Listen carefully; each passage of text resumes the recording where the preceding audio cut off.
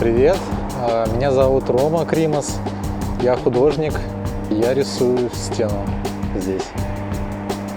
Основным мотивом моего стрит-арта можно считать трехмерные типографические композиции. Это трехмерные буквы, которые по-разному друг с другом соединяются. Иногда я добавляю каких-то персонажей, какие-то предметы и пытаюсь все это вместе совместить.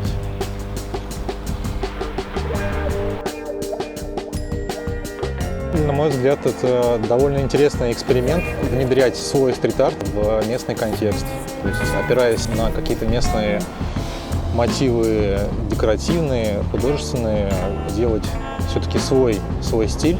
Мне кажется, это очень интересный опыт для меня.